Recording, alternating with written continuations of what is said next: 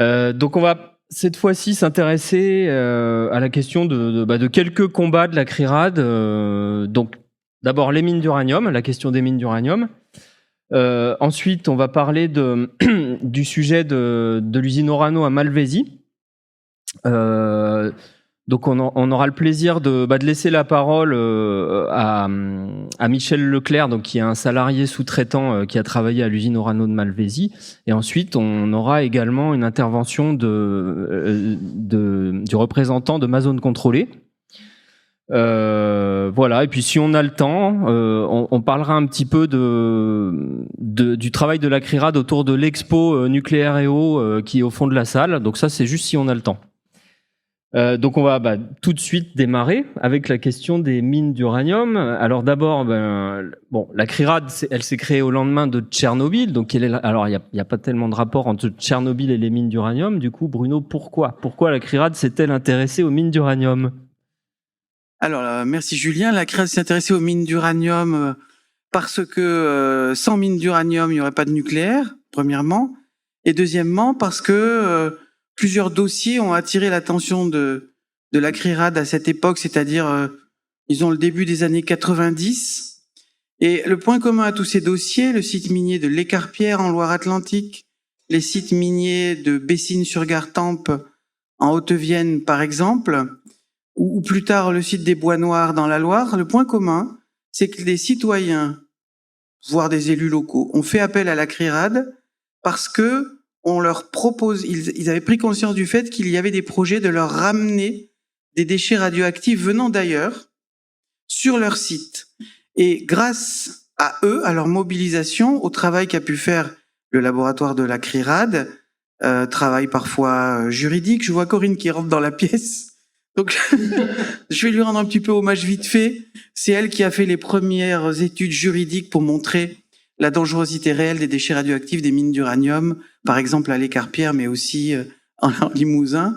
Et puis le travail d'analyse d'échantillons. Donc le point commun de toutes ces mobilisations, c'est que la CRIRAD a pu montrer, illustrer ce scandale des mines d'uranium, ou par exemple en Limousin, des résidus vraiment très radioactifs, dans le sens plus de 100 000, plus de 500 000 becquerels par kilo, des résidus des mines d'uranium ou des usines d'extraction de l'uranium étaient transportés par exemple par camions non bâchés pour aller les balancer dans une ancienne carrière, et ces résidus tombaient par exemple sur la route, et une famille qui vivait au bord de la route, là je parle de Bessines-sur-Gartempe en Haute-Vienne, nous a envoyé au labo, à l'époque c'est vieux, un échantillon grâce à des associations locales, et c'est comme ça que la CRIRAD a pu commencer à comprendre ce scandale des mines d'uranium, c'est-à-dire que des déchets très contaminés par l'uranium et tous ses descendants radioactifs étaient traités comme si c'était des déchets pratiquement d'ordures ménagères banales. Voilà, alors dans ce propos introductif, je voudrais vraiment rendre hommage à tous ce qu'on appelle aujourd'hui ces lanceurs d'alerte ou ces citoyens engagés. Alors, si je commence, je vais en oublier, mais par exemple, je pense à un instituteur, Thierry Lamiraud, qui s'est beaucoup battu sur la question des mines en Limousin, par exemple. Je pense à toute l'équipe, Jean-Marie Pasquereau est là, par exemple, de l'équipe de l'Écarpierre, Moine-et-Sèvres pour l'avenir. Je pense à, on en parlera tout à l'heure, Chantal qui est à la table sur les mines de Bretagne. Je pense à Arlette Maussan sur les sites des Bois Noirs et d'autres. Mais je crois que je suis en train de déraper sur le texte du collectif Mines d'Uranium, n'est-ce pas? Alors peut-être juste pour que ça fasse la transition, c'est que au bout d'un moment, compte tenu du nombre de sites miniers qu'il y a en France, puisqu'on parle de 200, 250 anciennes mines d'uranium, il a été très important de créer une fédération, un groupe qui s'appelle le collectif Mines d'Uranium, et on reviendra sur cette importance du travail mutualisé quand on parlera de Malvézy et du collectif Vigilance Malvézy. Ok. Merci. On va laisser la parole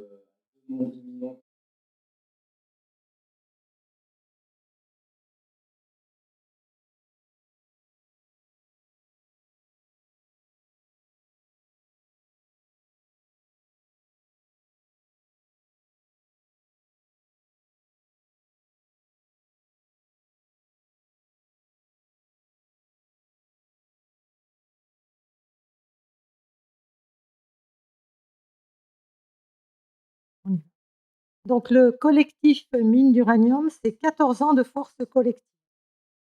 Après la réunion des 25 ans de la CRIRAD à Paris en juin 2011, le collectif Mines d'Uranium s'est constitué en 2012. Il rassemble, avec le soutien scientifique de la CRIRAD, les associations agissant localement sur la situation laissée par l'exploitation des anciennes mines d'uranium, tant en France qu'au Niger. Arlette Maussan en était sa coordinatrice très active. Son décès le 6 novembre 2025, 2 jours avant la rencontre annuelle, nous a désemparés, même si grâce à Daniel et Jean-Max Estet, la réunion à Guérande, en Loire-Atlantique, a été maintenue, car c'est ce qu'elle aurait vraiment souhaité. Elle venait de terminer 2 gros documents sur la situation des bois noirs et dans le Massif central qu'elle avait sillonné avec son DG5 ces 5 dernières années. Une Fémage, un hommage au féminin, à Arlette, se déroulera le samedi 30 mai à partir de 10h avec, alors ça ne doit pas être, il me semble, la plantation d'un ginkgo. Sur le terrain, il est déjà planté, mais seulement la plaque qui commémore ce qu'elle a fait, en fait, me semble-t-il, si je ne dis pas de bêtises. Cette réunion à Guérande nous a permis, avec la présence de Julien Sirène, co-directeur de la CRIRAD, répondant à l'invitation de Joël et Pierre David, de penser le passage de relais du CMU avec la reprise extractiviste tout azimut en France, voulue par le président Macron.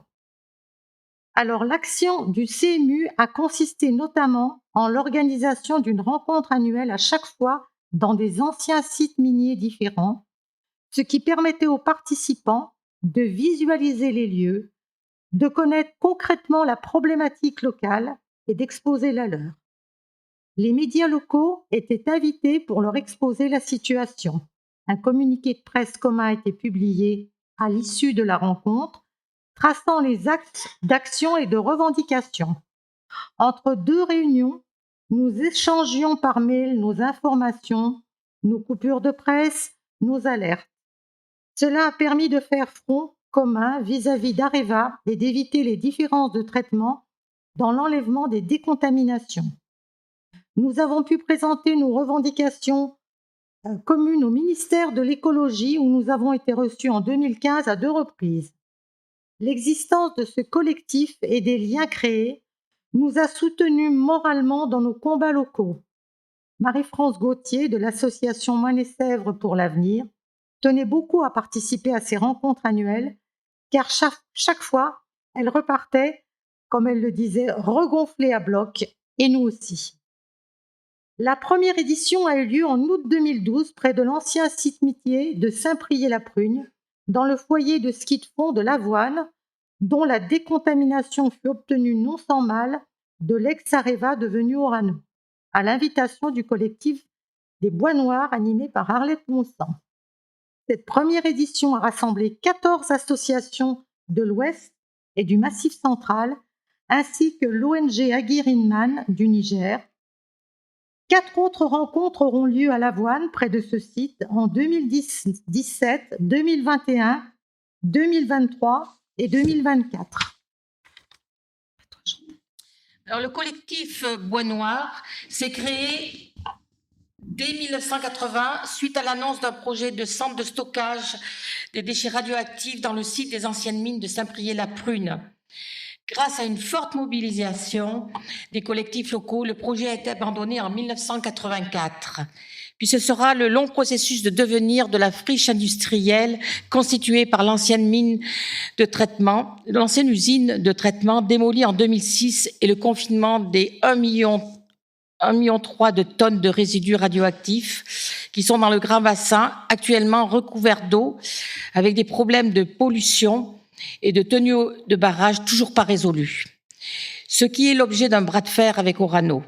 Ce sera un dossier important pour la CRIRAD, à qui le collectif des Bois Noirs demandera une expertise suite à la conférence de Bruno Charéron en août 1996.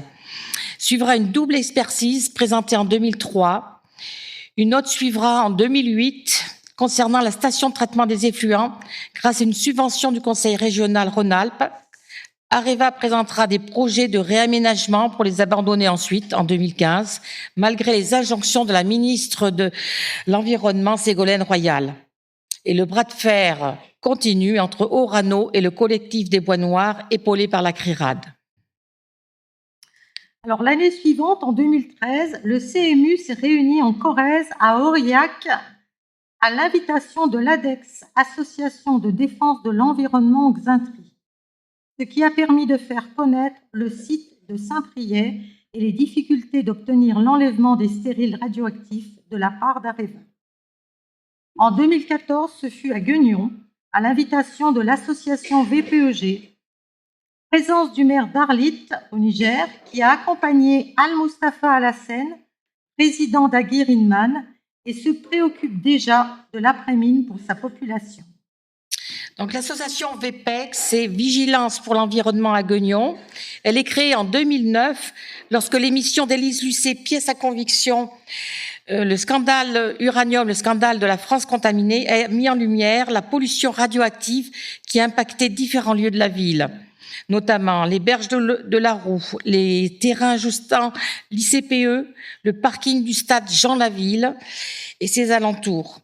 Avec l'aide active de la CRIRAD, VPEG a réussi à faire décontaminer en partie les différents lieux et à faire inclure dans l'ICPE le parking avec les terrains environnants.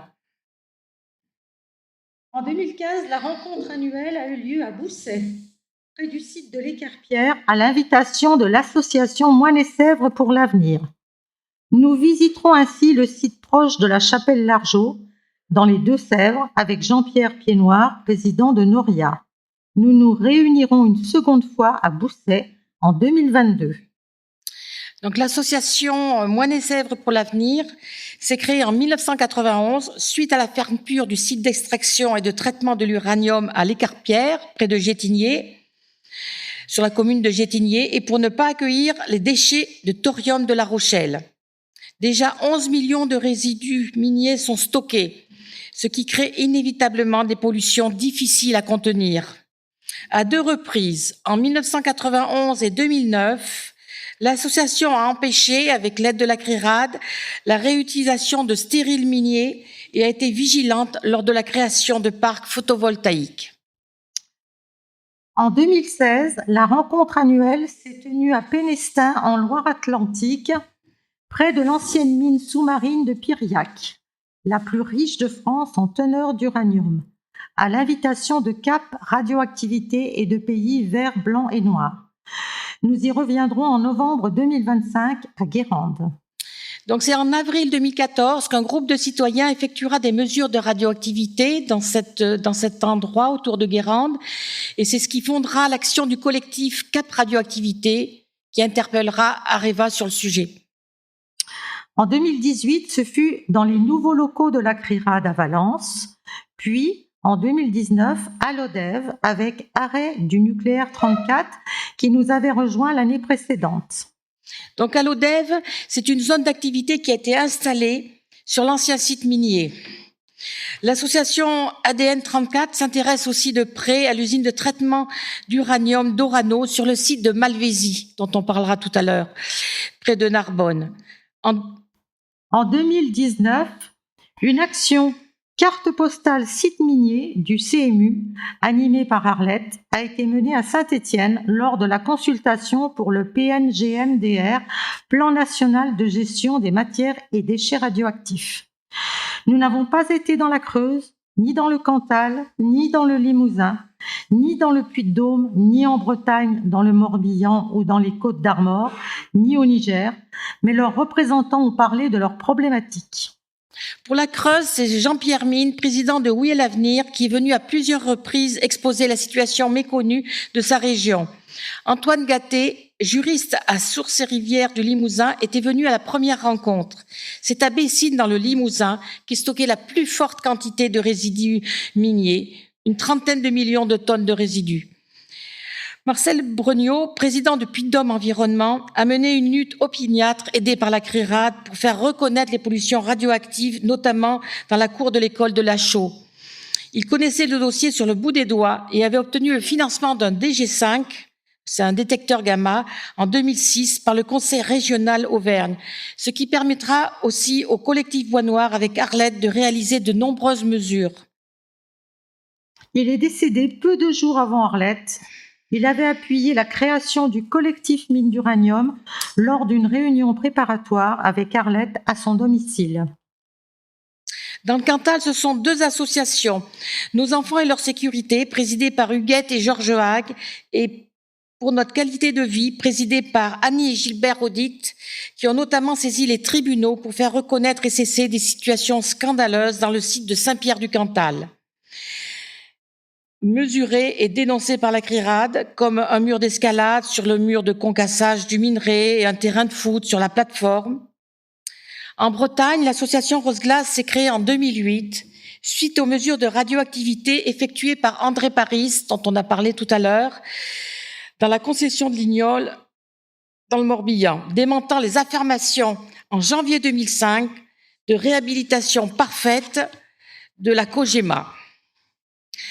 Dans les Côtes-d'Armor en 2012, c'est l'association Sortir du nucléaire Trégor, grâce à la perspicacité de Gaël Vidal, qui débusquera des pollutions radioactives parmi une quarantaine de sites oubliés, recherches qui étaient des recherches ou débuts d'exploitation non répertoriés dans l'inventaire officiel Mimosa. En 2019, le journaliste Larbi Benchia réalisera le documentaire Bretagne radieuse, diffusé sur France 3. Et au Niger, l'histoire commencera entre Aguirre-Inman et la CRIRAD dès 2003, de façon rocambolesque, avec la confiscation des appareils de mesure sur ordre d'Areva dès la descente d'avion. Néanmoins, plusieurs missions y seront conduites, obligeant Areva à créer notamment un observatoire de la santé. Alors, le bilan. L'existence du collectif Mine d'Uranium, de par sa force collective, a empêché Areva de passer sous silence l'existence des contaminations qu'il a dû cartographier grâce à l'action des associations et la circulaire Borloo en 2009, prise suite au reportage du scandale de la France contaminée. Areva a dû réparer la dispersion des stériles radioactifs, certes très incomplètement. Beaucoup de situations de contamination perdure, notamment dans des chemins de randonnée, bafouant des règles de radioprotection élémentaires. N'étant pas signalées au public, la négligence coupable du pollueur a été dénoncée à plusieurs reprises dans la presse, ce qui a toujours déplu fortement à Orano, ex-Areva, ex-Cogema. Le collectif Mine d'Uranium a plus pesé que la structure officielle du GEP, groupe d'expertise pluriel du Limousin, pour obliger Areva à réparer certaines situations. Alors, l'avenir du CMU. Le collectif Mine d'Uranium est à une croisée des chemins où, après 14 ans d'existence, il va lui falloir imaginer son devenir pour passer le témoin aux générations plus jeunes, conserver la mémoire sur des anciennes mines qui laissent des pollutions éternelles, peut-être les répertorier en utilisant des outils informatiques qui mémorisent les mesures de DG5, détecteurs gamma, et leur position GPS. Nos témoignages sur nos luttes grâce aux documentaires existants, le scandale de la France contaminée en 2009 et Bretagne radieuse en 2019, les brochures sur la rétrospective des 40 ans de lutte du collectif des Bois Noirs, Uranium, la grande traversée du Massif central, devrait être utile au nouveau collectif qui s'oppose à la reprise de l'extractivisme en France, sachant que les terres rares se trouvent dans des gisements riches en uranium et donc susceptibles de remonter et disperser à nouveau de la radioactivité. Voilà.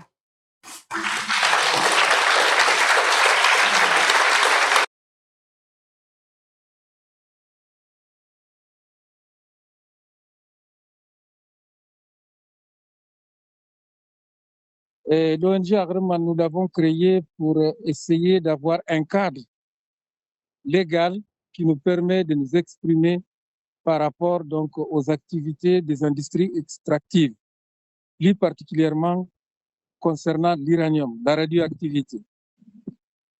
Et à un moment de notre vie, on a constaté la disparition de nos collègues qui travaillent dans les postes les plus exposés ou les bien plus radiés, c'est-à-dire notamment des concassages, des régés, des trières au niveau de la carrière, etc. Ce genre de postes, à un certain moment, nos amis qui travaillaient là-bas sont tombés malades et disparaissaient.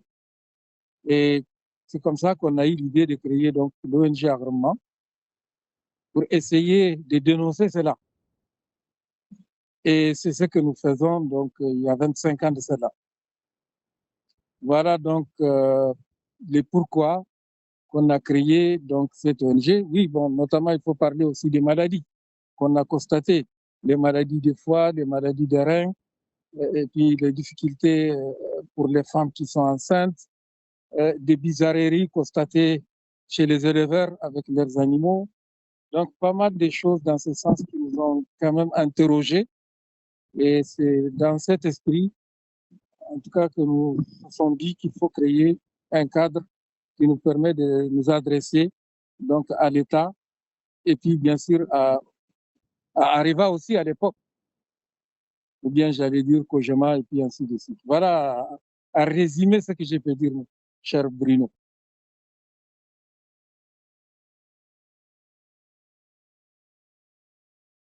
Donc, un jour, j'ai trouvé un livre sur mon bureau où c'est marqué des ONG qui intervenaient sur l'environnement, y compris la CRIRAD. Et du coup, j'ai contacté plusieurs de ces ONG-là. Il y a que la CRIRAD qui a répondu à notre sollicitation. Donc, c'est comme ça que nous avons reçu l'adresse de la CRIRAD et on s'est adressé à la CRIRAD et la CRIRAD nous a répondu positivement. Et on continue à le faire pendant toute la vie de l'ONG et nous a accompagnés dans le cadre de nos activités. Nos relations avec la CRIRAD, c'est des relations d'amitié et j'allais dire même de fraternité. Et ces relations sont à renforcer de manière extrêmement importante parce que ça, la CRIRAD, je vous l'ai dit, on n'est pas grand-chose. Ça, la CRIRAD, on n'allait pas évoluer. Ça, la CRIRAD, on ne connaît pas grand-chose. La CRIRAD nous a informés. La CRIRAD nous a donné des matériels. La CRIRAD nous a invités en France, en Europe, pour voir un peu comment ça se passe. On a visité beaucoup des endroits avec la CRIRAD et grâce à la CRIRAD et au financement des amis de la CRIRAD et de la CRIRAD elle-même.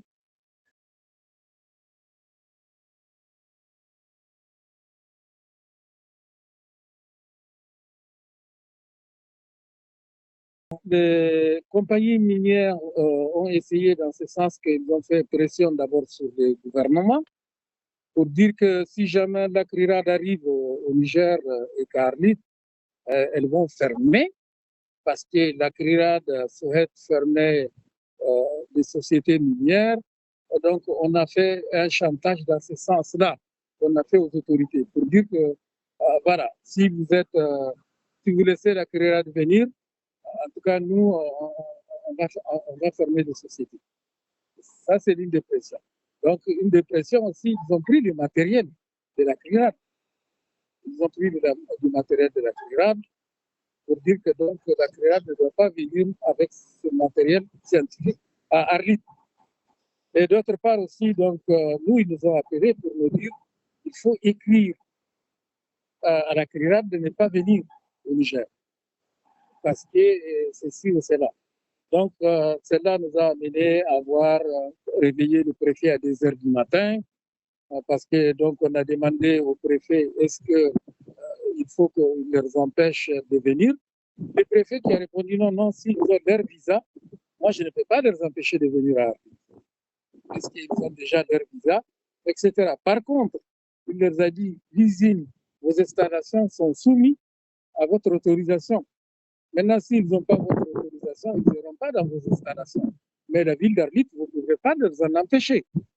Donc, vraiment, il y a eu tellement de choses. Et puis, bon, après, nous, on a fait pression sur nous. menace de licenciement, menace de ceci, braquer le monde contre nous, tous les Nigériens, parce que nous, on est méchants, on va demander la fermeture de Soumaïr et de Cominac. Donc voilà, en fait, le climat dans lequel on a évolué, quoi. Mais malheureusement, donc, Dieu ne les a pas écoutés, si on peut dire ça comme ça. La CRIRAD étant déterminée, la CRIRAD est venue jusqu'à Arlit et on a fait les prélèvements qu'on a pu faire.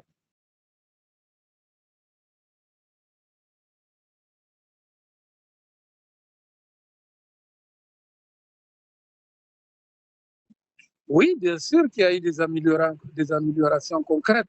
Quand vous prenez, par exemple, des matériaux sortis de l'usine, des ferrailles, des bidimes et des plastiques qui ont été utilisés à l'usine, et puis bien sûr de l'aluminium, tous ces matériaux sont récupérés de l'usine et sont réutilisés. Et on a fait, je ne sais pas mal de choses, des caisses avec des matériels qui sont contaminés.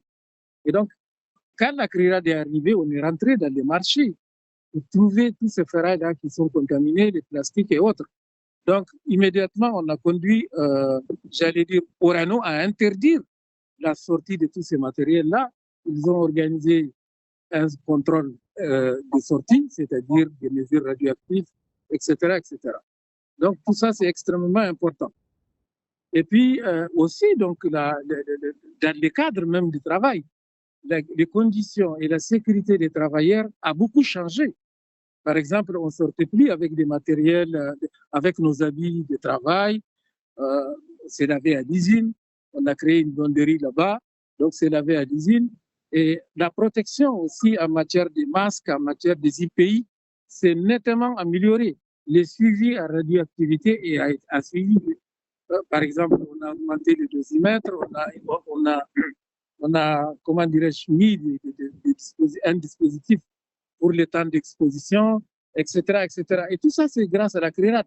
Ça, c'est ce qui s'est passé envers l'usine. Maintenant, il y a les personnels et même les gens, je veux dire, les travailleurs et la population qui a pris conscience par rapport à ce qu'a fait la CRIRAD et le travail et la formation que nous a donné la CRIRAD. Les gens donc, se sont mis vraiment, comment dirais-je, à faire attention eux-mêmes. Et puis, bon, les exploitants ont pris un certain nombre de mesures qui sont extrêmement importantes. Et puis, le personnel aussi a pris conscience. Et la population aussi a pris conscience. Aujourd'hui, il y a de moins en moins de matériaux utilisés à l'usine et qui seront utilisés encore en ville. Sauf qu'aujourd'hui, 25 ans après, nous sommes dans les désastres de la Cominac, la fermeture de la Cominac, qui nous a laissé quelques 30 millions de tonnes d'utéril exposés à l'air libre et l'air violent, comment dirais-je, l'air violent du désert, tout le monde le connaît. Et puis bon, on en est là, quoi. Et là, malheureusement, aujourd'hui, c'est le silence total, de part et d'autre. Personne ne dit rien. Orano a fui à laisser ça.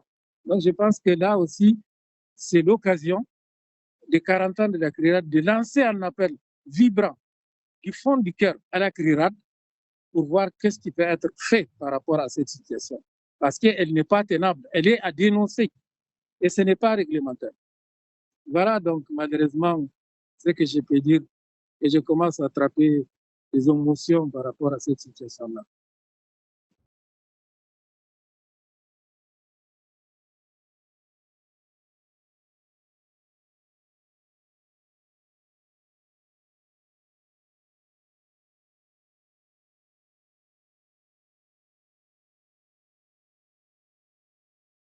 Le temps que Michel Leclerc et Didier Latorre s'installent, un mot rapidement sur cette usine de Malvézy. Pardon? Non? C'est pas perdu. Tout l'uranium qui arrive en France passe par cette usine de Malvézy près de Narbonne, où il doit être purifié.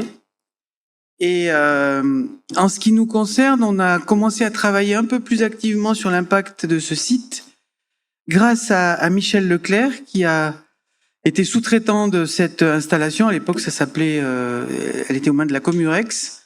Et Michel a été contaminé, a une leucémie, il va vous en parler bien entendu. Et c'est en tentant de l'aider, au départ on devait l'aider à défendre son dossier sur le plan technique, sur le plan scientifique, en rencontrant en particulier son expert, enfin l'expert judiciaire qui s'occupait de son cas, chez Orano, chez Areva à l'époque. Et simplement, comme ma présence, qui était au départ acceptée, a été refusée au dernier moment, j'en ai profité pour aller faire des mesures à la clôture. Et c'est comme ça qu'on a constaté que la radioactivité dégagée par cette usine était détectable à plus de 200 mètres de la clôture, qu'on a pu lancer des actions et finalement, petit à petit, obtenir qu'une famille qui vivait juste à côté soit indemnisée par Areva et relogée. Mais donc là, on va rentrer un peu plus dans la question des conditions de travail des sous-traitants du nucléaire, puisque c'est une usine qui contribue à une des étapes importantes du nucléaire. Bon, c'est la porte d'entrée du nucléaire, Malvézy. C'est-à-dire qu'il y a 3 ou 4 usines comme ça dans le monde, il n'y en a pas beaucoup. Et les conditions dans les années 80 étaient déplorables, vraiment déplorables. On rentrait là sans formation ni information. Donc c'est assez pénible parce qu'on ne sait pas ce qu'on fait, on ne connaît pas le produit. Je ne connaissais rien en radioactivité. J'avais 30 ans, ce n'était pas mon job, je ne connaissais rien, je n'étais pas formé. Et donc je me suis rendu compte que ce n'était pas nickel. Et quand on a fait l'analyse du dossier médical, il y a eu plusieurs dépassements. Donc je rends hommage à la CRIRAD, à Annie Thébault, à Henri Pézera, des gens qui m'ont aidé tout au long du parcours. Bon, et la reconnaissance de la maladie professionnelle s'est faite relativement rapidement.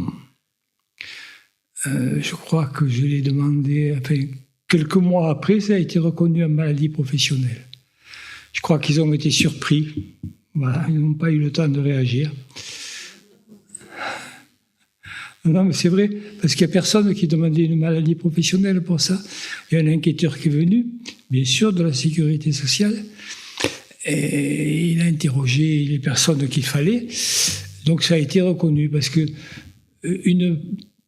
vous n'êtes pas obligé d'avoir été contaminé. Si elle est reconnue dans le cadre des tableaux, elle était reconnue au tableau 6, on peut supposer, la présomption suffit. Vous avez travaillé, il y a du produit, c'est exactement ce que vous avez, la présomption suffit, voilà. Enfin, c'est pas que la présomption qui suffit, mais c'est comme ça, les maladies professionnelles. Bon, ensuite, j'ai démissionné de cette usine parce que je ne la sentais plus. Quand ça ne va pas, je m'en vais, voilà. Et donc, je trouvais un avocat, tout ça, c'est pas évident. Chercher un avocat. Au tribunal de sécurité sociale, on a gagné, mais on a gagné contre un tiers, contre la Comurex. Et on ne peut pas gagner au tribunal de sécurité sociale la totalité. Il faut que ce soit contre votre employeur. Donc, le tribunal de sécurité sociale m'a renvoyé au tribunal civil à Narbonne. Là, j'ai gagné. Ils ont reconnu qu'il y avait eu des fautes, j'ai gagné. Mais après, la Comurex, bien sûr, a fait appel. Et à Montpellier, ça a été, comment on peut dire, Comurex. Disons qu'Areva a les moyens de se payer des avocats qui font un travail de sape et capable de nier la réalité. Oui. Donc, du coup, ils ont remis en cause le premier jugement. En plus de remettre en cause le premier jugement, le juge dans cette affaire a dit l'uranium il est naturel, donc il n'est pas dangereux. Ah ben ça, on l'a entendu, tu te souviens? Je ne me souviens pas. Oui, moi je me souviens, voilà. Donc ensuite, j'ai mis Areva Orano au tribunal. Ça a duré 20 ans. Mais c'est pas grave, c'est bien, on les ennuie, voilà. Il faut être là pour les ennuyer. Bon, je savais qu'à un moment donné, j'allais perdre, quoi. C'est pas... Mais je tenais à le faire. Je tenais à le faire parce que c'est essentiel que les ouvriers se battent. Peut-être qu'un jour, on finira par gagner. Puis si on ne gagne pas, ça ne fait rien, on les ennuie. Bon, et ensuite, qu'est-ce que j'ai fait? Bon, après, parce que quand vous avez une maladie professionnelle, vous avez le droit à une rente accident de travail. Mais la sécurité sociale, pour les rentes, ne respecte pas les protocoles. J'ai dit consolidé, j'avais 20% de rente. Donc je me suis bagarré. C'est difficile de trouver des médecins qui veulent s'engager, parce qu'ils vous disent tous, je vais y passer du temps. Et enfin, en commission nationale d'incapacité, j'ai réussi à avoir 70%. 70%, c'est pas 70% du salaire, hein. Ne vous étonnez pas. Les 50 sont divisés par 2, et tout ce qu'il y a au-dessus de 1,5, de 50, c'est multiplié par 1,5. Donc 70%, ça fait 55%. Voilà. Ouais, mais c'est des comptes... voilà. Alors, je vais laisser la parole à Didier, qui connaît bien les luttes. Oui, je fais peut-être un petit mot de liaison, c'est qu'en fait, par rapport au travail sur l'environnement qu'a fait la CRIRAD, on a pu travailler, par exemple, avec la famille locale dont je parlais tout à l'heure, et dont le mari a pu récupérer des boues sur le chantier de récupération de boues de boues contaminées qui s'étaient déversées dans la plaine en 2004. Et on a pu montrer au laboratoire que ces boues contenaient non seulement évidemment de l'uranium, puisque c'est une usine d'uranium, mais aussi tout un cocktail d'autres substances radioactives, chimiques, radioactives, et dont du plutonium. Ça veut dire que Michel a été très probablement exposé aussi à l'inhalation et à l'ingestion de plutonium, en plus de l'uranium, qui, bien que naturel, est radioactif et radiotoxique. Et ce travail de surveillance de l'environnement de l'usine a été ensuite amplifié, poursuivi par une structure qui s'appelle Vigilance Malvésie, dont Didier Lator, outre le fait qu'il est administrateur désormais de la CRIRAD, dont Didier Lator est aussi un membre et dont il va nous parler. Je veux ajouter quelque chose. De 1959 à 1984, ils ont traité 11 500 tonnes d'uranium qui sortait de centrales nucléaires, et le plutonium, il vient de là. J'en suis sûr, j'ai le document à Areva, hein. À toi. Donc on y va sur Vigilance Malvésie. Donc pour expliquer ce que c'est que Vigilance Malvésie, je rembobine un petit peu l'histoire en fait. C'est un collectif. Je présenterai quelques associations qui sont sur le terrain, donc dans la région de Narbonne, dans l'Aude. Donc en fait, comme c'est l'anniversaire de la CRIRAD, comment on a rencontré la CRIRAD, nous? Bon voilà, donc moi je fais partie d'un groupe qui s'appelle Arrêt du nucléaire 34 et qui s'appelait avant Sortir du nucléaire 34, et on avait organisé une formation avec Roland Desbordes, et je crois que ça a été notre premier contact avec la CRIRAD il y a peut-être une quinzaine d'années ou quelque chose comme ça. Et donc du coup, nous on bosse avec la CRIRAD depuis tout ce temps-là, quoi. Et Roland est venu aussi à Narbonne former les gens. Et il y a eu un moment qui a été important sur Narbonne, c'est que cette usine dans laquelle il y a près d'1 million de mètres cubes de déchets radioactifs et chimiques est confrontée à un problème, c'est qu'ils savent plus quoi en faire de ces déchets. Et donc l'idée c'était d'en faire disparaître une partie, notamment les déchets nitratés. Et donc, il y a eu tout un projet qui s'appelait le projet TDN-TOR, qui était un espèce d'incinérateur qui devait brûler, faire disparaître une partie des déchets, mais avec des conséquences pour l'environnement fort importantes. Donc, il y a eu une très grande lutte à cette époque-là. C'était il y a 7 ou 8 ans, je crois. Et malgré une très forte mobilisation de la population, 3000 personnes dans les rues de Narbonne, c'est important, c'est quand même pas, voilà, c'est pas une ville si grande que ça, Narbonne. C'était vraiment une mobilisation très importante. À l'issue de ça, le préfet a quand même validé le projet TDN, et parmi les gens qui s'étaient mobilisés, il y en a qui ont décidé de partir sur la bataille juridique. Voilà, puis il y en a qui se sont dit, mais la bataille juridique, peut-être ça marchera, mais c'est pas sûr, parce qu'on est quand même dans une industrie où on gagne rarement en justice. Donc, les militants antinucléaires se sont dit, on va faire, nous, c'est très bien qu'il y ait des gens qui fassent ça, la bataille juridique, nous, on va faire une autre proposition. Donc, il y a des groupes qui se sont mis ensemble, Greenpeace Narbonne,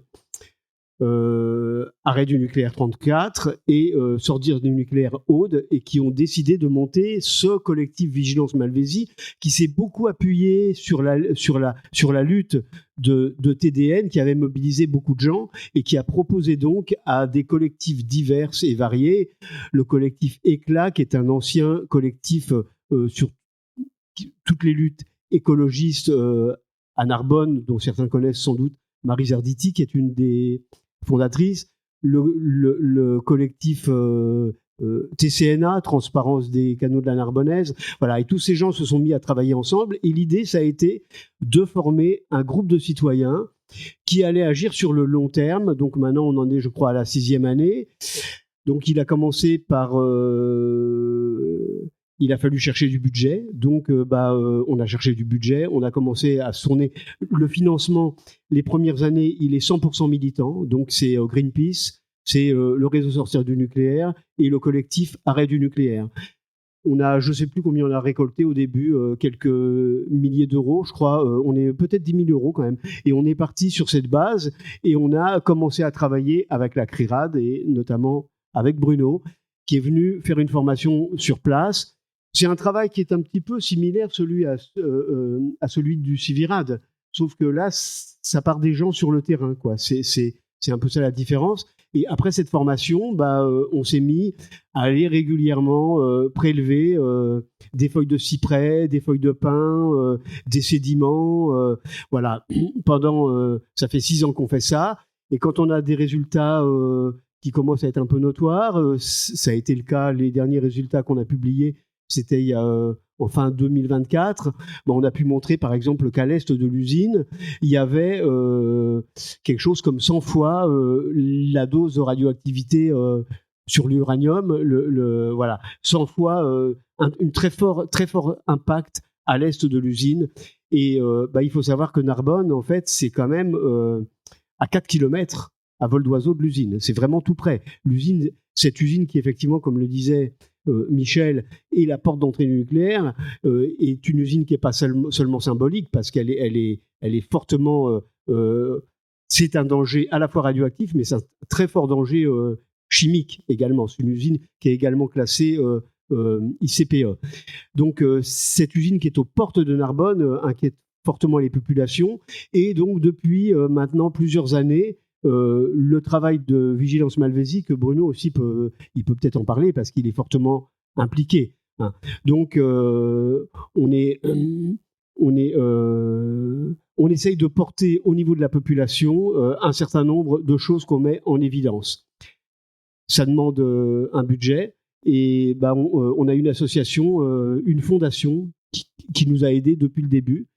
Après les premiers financements dont je vous ai parlé, on a réussi à décrocher un financement assez fort par une fondation qui s'appelle Un Monde par Tous, et qui depuis fait que ce boulot, ça fait maintenant 6 ans, et on a encore un peu de budget pour démarrer encore pendant 1 an, voire 2, et on va essayer de faire durer, quoi, parce que on voit que par exemple il y a eu des épisodes Cévenol là importants, et il y a eu des rejets d'eau qui ont été non traités. L'usine a été obligée, débordée par toute cette eau, c'est le cas de le dire, à déverser sans traiter cette eau, alors qu'elle est passée dans les bassins, quoi. Est-ce que tu veux rajouter, merci Diane, est-ce que tu veux rajouter quelque chose? Au niveau du timing, peut-être pas. On est bon. Tu veux dire un mot? Ce que je voudrais juste rajouter, c'est que c'est comme dans beaucoup de ces dossiers, ce qui est vraiment super, c'est le collectif. C'est-à-dire, dans ce groupe Vigilance Malvésie, chacun apporte une compétence. Il y a des gens qui sont compétents, par exemple, sur la prise de vue, caméra. Il y a des gens qui sont compétents sur le terrain pour aller faire des prélèvements. Il y a des gens qui sont compétents plutôt dans la stratégie, dans la communication, etc.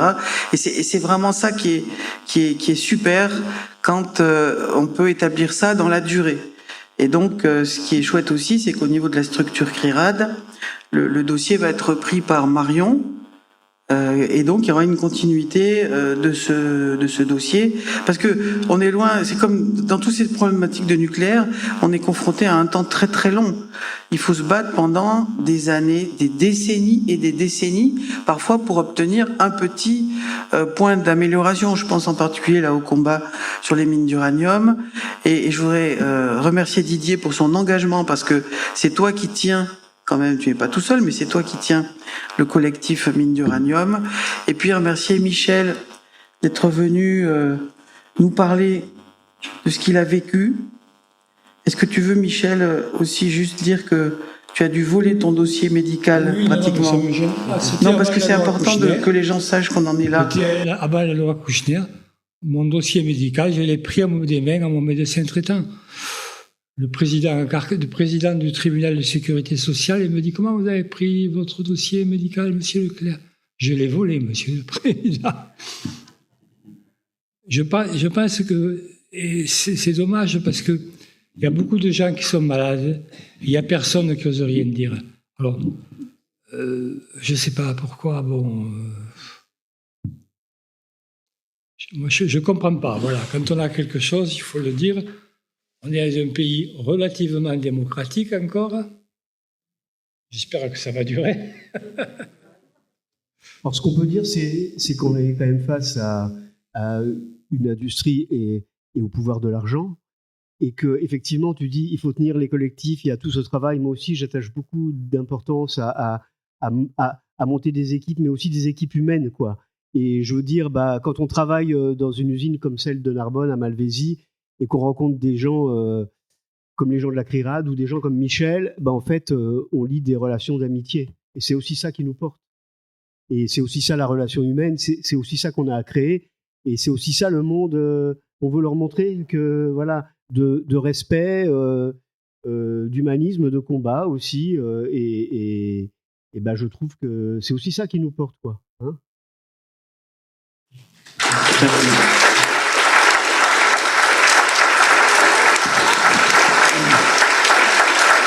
Je n'ai pas osé critiquer les syndicats.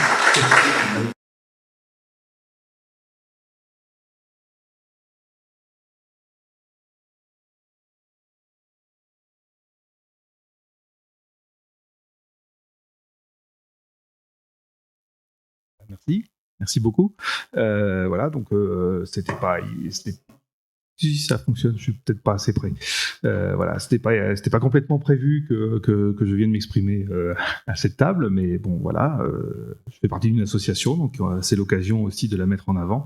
Donc Ma Zone Contrôlée, c'est une association fondée par Gilles Reynaud, qui était sous-traitant du nucléaire, qui est malheureusement décédé brutalement en pleine activité de militantisme, alors qu'il rentrait de la conférence d'Ecli en octobre 2024. Malheureusement, il a fait une crise cardiaque dans le train et il est décédé à 58 ans. Tout ça pour dire aussi que le militantisme, c'est dangereux des fois aussi. Hein. Il faut penser à soi aussi. Il faut pas penser qu'aux autres. Il faut aussi, si on veut que le militantisme il tienne dans la durée, il faut vraiment penser à soi aussi.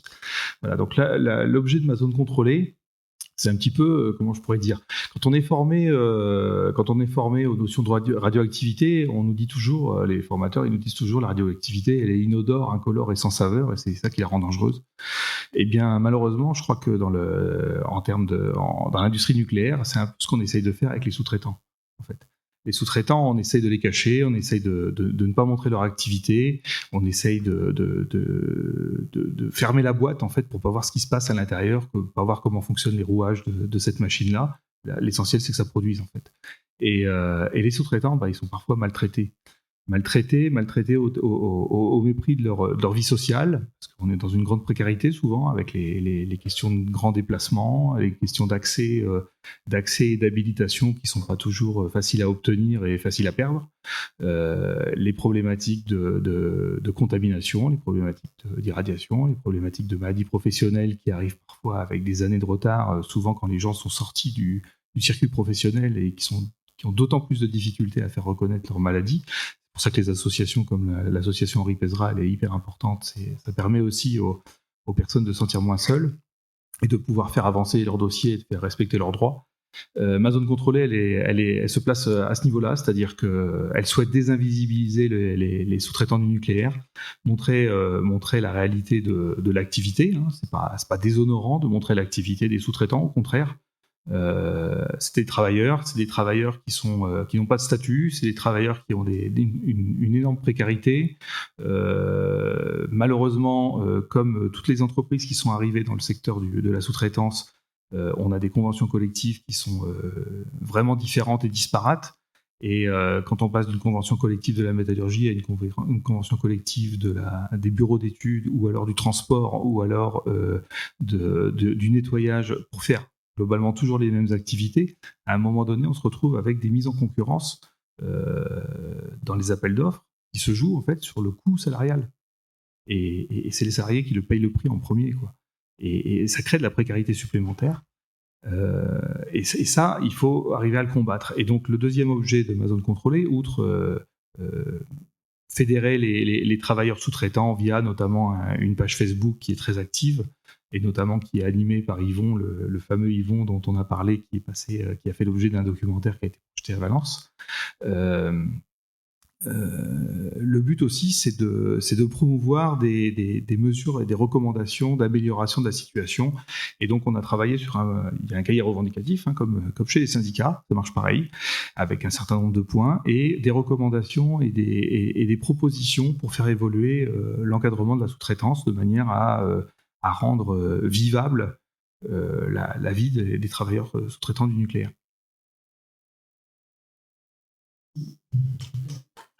Oui.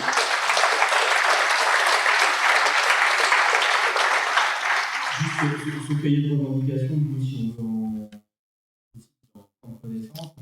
Oui, le cahier historique, il est sur le site internet de ma zone contrôlée. Et après, moi, il y a eu un échange avec Dominique Malvaux sur un certain nombre de documents, et je crois qu'il a reçu le document avec les 23 propositions qu'on a fait à un certain nombre de députés qui travaillent sur une proposition de loi. Voilà. Et comme toute association, il faut la soutenir, il faut adhérer, il faut faire des dons. Il y a comme ça que ça peut fonctionner, comme la CRIRAD, quoi. Voilà. Et si on peut se rapprocher aussi de la CRIRAD pour partager en fait sur la question des conditions de travail et aussi des informations, de partage d'informations entre l'extérieur et l'intérieur, parce que c'est là que ça se joue, on est tout à fait prêt à collaborer et bien sûr à coopérer. Merci beaucoup. Merci.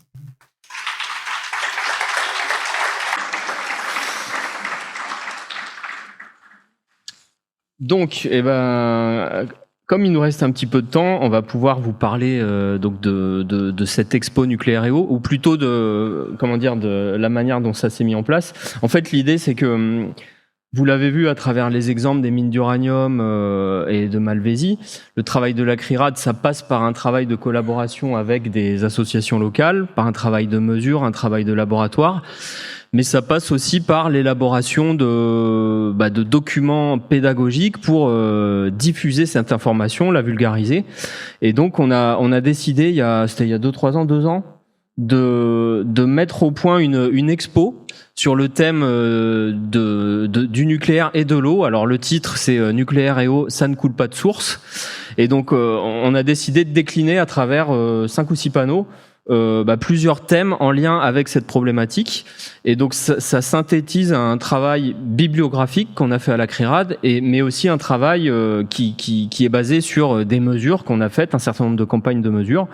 Voilà, donc vous pourrez. Alors je vais pas faire toute parce qu'à côté de l'exposition, on a aussi mis au point une présentation qui permet de faire des conférences sur le thème nucléaire et eau. Donc on va pas faire une conférence aujourd'hui, ça serait trop long, et puis après je sais pas combien d'heures de conférence, vous commencez à être un petit peu fatigué, j'imagine. Donc voilà, on va simplement balayer rapidement les quelques panneaux de l'expo. Donc le premier panneau, c'est il explique que pour fonctionner, en fait, l'eau est indispensable en fonctionnement de l'industrie nucléaire. Hein.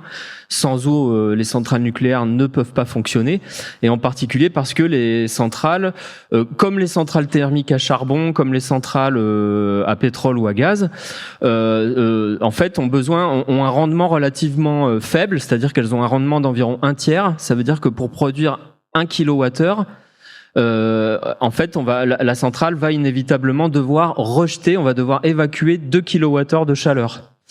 Donc, pour évacuer cette chaleur, c'est l'eau qui est utilisée. Donc, soit de l'eau de mer pour les centrales qui sont à bord de mer, soit de l'eau douce pour les centrales qui sont situées le long des cours d'eau.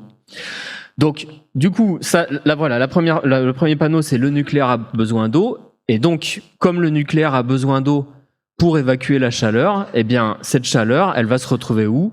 Dans l'eau et dans l'atmosphère, hein, puisque vous avez des centrales qui vont être dites à circuit ouvert, donc qui vont rejeter cette chaleur directement dans les cours d'eau, et vous en aurez d'autres qui ont des tours aéroréfrigérantes, donc qui sont des centrales à circuit dit fermé.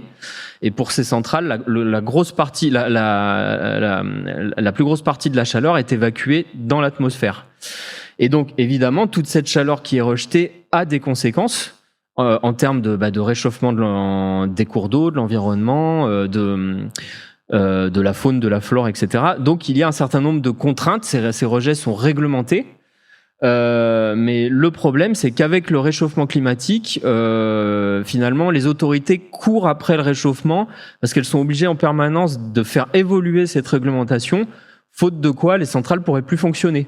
Donc il y a déjà eu un certain nombre de cas, notamment pendant la canicule de 2003, mais aussi pendant la canicule de 2022, où les conditions étaient telles que c'était pas possible de faire fonctionner le parc tout en respectant les contraintes en termes de rejet de chaleur. Donc, eh bien, qu'est-ce qui s'est passé ? Des dérogations ont été accordées pour pouvoir continuer de faire fonctionner les centrales et de rejeter de la chaleur. Donc voilà, on est toujours dans un peu une course après cette ce réchauffement. Et donc on est obligé, les autorités, l'industrie nucléaire est en permanence obligée de s'adapter pour que ça puisse continuer de fonctionner. Donc ensuite, alors le réchauffement, c'est une pollution, hein, on va parler de pollution thermique. Et à côté de ça, on va avoir d'autres types de pollution, donc notamment la pollution des eaux souterraines. Donc, je continue ou toi, tu vas y aller ? Allez. Donc, pour la pollution des eaux souterraines, donc c'est donc le panneau numéro 3 de l'exposition. Donc, on s'est basé sur 3 exemples des dossiers de la CRIRAD. Donc, il y a la pollution de la nappe à Malvézy dans l'Aude, où on a de l'uranium dans les nappes souterraines. Le deuxième exemple qu'on a pris, donc c'est Marcoule dans le Gard, où pareil, donc c'est des études qui datent quand même il y a quelques années, mais où la CRIRAD a pu révéler une pollution des eaux souterraines en tritium à plusieurs kilomètres au sud de la centrale, pas de la centrale, du site nucléaire. Et la mobilisation de la CRIRAD par rapport à ça a conduit à ce que, alors je ne sais plus dans quelle commune c'était, mais qu'il y ait des restrictions sur la consommation des eaux souterraines sur certaines communes qui étaient impactées par cette pollution. Et le troisième exemple sur la pollution des eaux souterraines, c'est donc La Hague en Normandie, où il y a le site de retraitement des déchets usés. Et donc là, pareil, c'est un incident qui remonte à il y a quelques années et qui est une contamination en tritium des eaux souterraines. Donc voilà, on aurait pu en citer d'autres encore, mais on s'est limité à ces 3-là qui sont assez marquants. Mais dans le dernier, non pas dans le dernier, dans un des derniers dossiers trimestriels que vous recevez, on a un dossier spécial sur les rejets des installations nucléaires et qui démontre, Julien, peut-être tu peux le dire toi, la contamination des eaux souterraines par les centrales. Oui, c'est ça. Donc on a pu mettre c'est pas nous qui avons fait les mesures. Les exploitants des centrales nucléaires sont tenus de mesurer la radioactivité dans les eaux souterraines sous le site et à proximité, et les mesures, ils les mettent à disposition sur un site qui s'appelle le site du Réseau national de mesure de radioactivité dans l'environnement. Nous, ce qu'on a fait, c'est qu'on a compilé les données pour faire des graphes de l'évolution des teneurs en tritium dans les eaux souterraines des différentes centrales. Et ce qu'on constate, c'est que la quasi-totalité, pour pas dire la totalité d'un centrale nucléaire, à un moment donné ou un autre, ont eu des épisodes de pollution, alors soit des eaux souterraines, soit des cours d'eau en aval. Et on a vraiment des cas où ces pollutions sont très fréquentes, beaucoup plus marquées, en particulier le cas de la centrale de Tricastin, mais aussi celle du Bugey et aussi celle de Gravelines. C'est parmi les centrales pour lesquelles les nappes souterraines sont les plus contaminées en tritium. Ensuite, donc le panneau 4, le nucléaire impacte le milieu aquatique. Donc là, ce panneau se base sur les résultats de nos analyses de plantes aquatiques dans les cours d'eau. Donc le premier exemple, c'est les plantes aquatiques en amont et en aval de Golfech, où on note une différence notable entre l'activité en tritium en aval et en carbone 14 par rapport aux activités en amont, des plantes aquatiques en amont. Et le deuxième exemple, c'est la contamination par les mines, avec là l'exemple des plantes aquatiques prélevées dans la Bèbre en aval de la mine des Bois Noirs, donc, qui est à la limite Allier, Loire, dont Bruno a peut-être parlé tout à l'heure. Voilà, donc où on montre là aussi qu'il y a une contamination, puisque certaines de ces plantes aquatiques prélevées vraiment juste en aval de la mine sont considérées aujourd'hui comme... Enfin, nous, on ne pourra pas les éliminer comme ça. Il faudra qu'on fasse appel à l'ANDRA pour récupérer ces échantillons, puisqu'ils sont suffisamment radioactifs pour pouvoir être éliminés comme ça, quoi. Et enfin, focus sur le tritium dans les eaux potables, ça je te laisse en parler. Oui, donc alors là encore, c'est un peu le même travail que ce qu'on avait fait pour, mais alors de beaucoup plus grande ampleur, parce qu'il y avait beaucoup plus de données à traiter. Mais donc alors là, ce qu'on a fait, c'est il existe une obligation de contrôle de tritium dans les eaux potables, de toutes les eaux potables de France. Et donc les résultats de ces mesures de tritium sont mis en ligne sur une base qui est vraiment quasiment n'importe qui peut aller voir les résultats de cette base, mais c'est vraiment à s'arracher les cheveux, c'est très compliqué.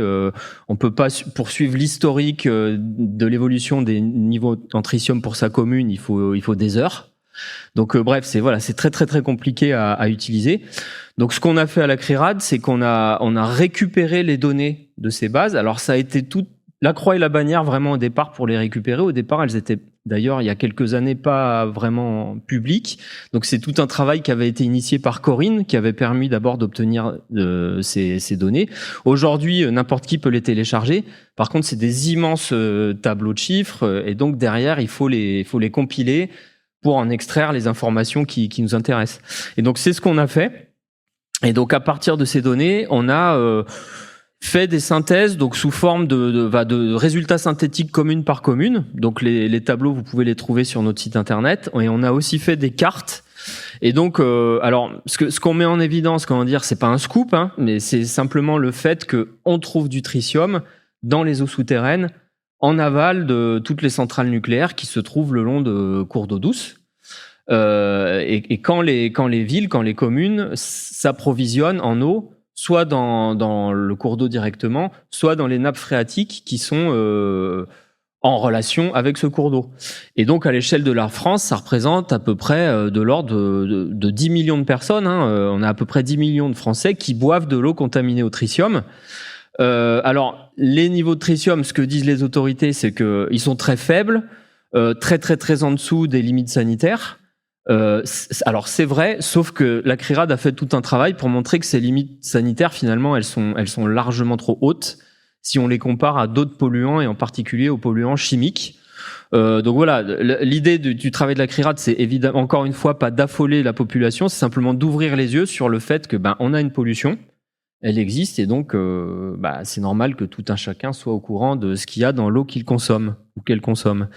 Et juste pour terminer, ce que ça met aussi en évidence, cette question du tritium dans les eaux potables, c'est que quand vous avez du tritium dans une eau, ça veut dire que cette eau, elle est sous influence de la centrale.